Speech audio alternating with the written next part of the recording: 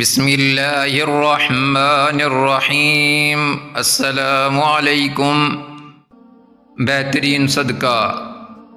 حضرت ابو ہریرہ رضی اللہ عنہ سے مروی ہے کہ حضور نبی کریم صلی اللہ علیہ وسلم نے ارشاد فرمایا، کسی مسلمان شخص کا بہترین صدقہ یہ ہے وہ خود علم سیکھے اور اپنے مسلمان بھائی کو بھی سکھائے۔ سرکار دو عالم صلی اللہ علیہ وسلم جانوروں کے لیے بھی رحمت۔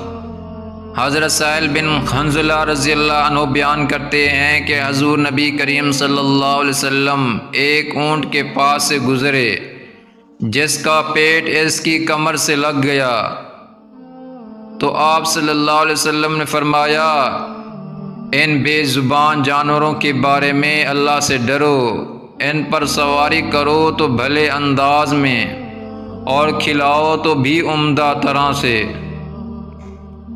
حضرت عبداللہ بن مسعود رضی اللہ عنہ سے روایت ہے کہ حضور نبی کریم صلی اللہ علیہ وسلم نے ارشاد فرمایا، اللہ تعالیٰ سے اس کا فضل مانگو، کیونکہ اللہ کو یہ پسند ہے کہ اس سے مانگا جائے، اور افضل عبادت یہ ہے کہ اس دعا کے اثر سے کشادگی اور خوشحالی کا انتظار کیا جائے۔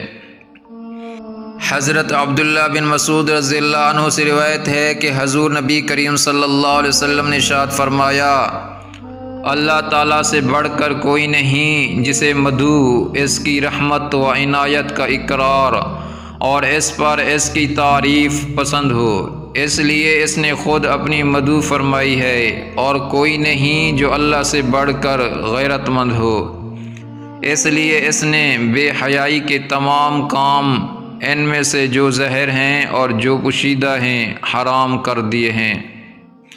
مزید ایسی ویڈیو حاصل کرنے کے لیے ہمارے چینل کو سبسکرائب کریں۔ جزاکم اللہ خیرا۔